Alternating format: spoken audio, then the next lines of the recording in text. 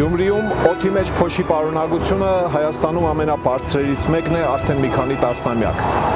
Դրա պատճառները տարբեր են։ Մեկը այսպիսի ավերակների գոյությունն է մինչև հիմա, որոնք չեն մաքրվել։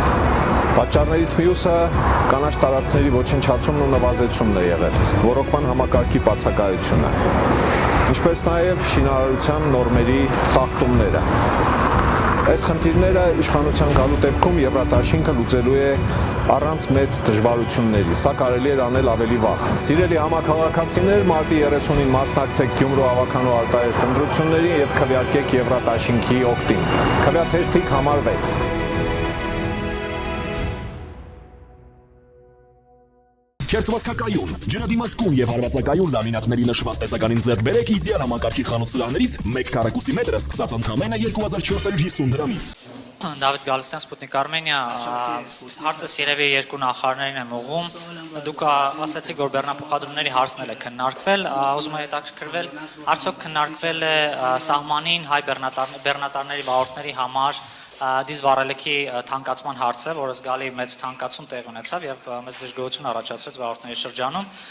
Կարծեմ դուք արդեն մեկ անգամ քննարկել եք եւ ԱԳՆ-ն հայտնել էր, որ պետք է փորձագիտական խմբեր ստեղծվեն այդ հարցը քննարկելու շուրջ։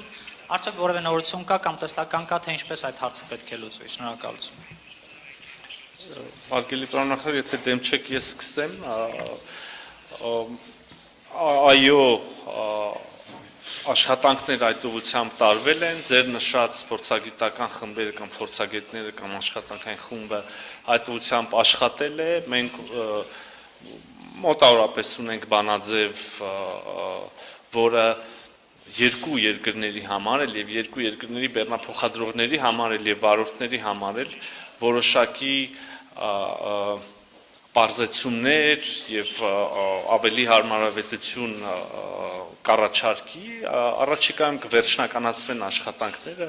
եւ ուզում եմ նշել նաեւ որ մոտ ենք շատ վերջնականացմանը, երբ որ կվերջնականացվեն այդ դեպքում նաեւ արդեն բնականաբար կհանրայնացնենք։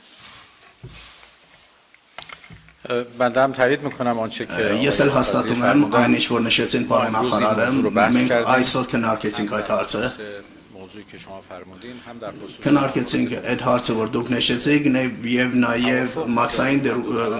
դուրքերի վերաբերյալ, որ գոյություն ունի, մենք պայմանավորվել ենք, որ վարորդների եւ բեռնատարների համար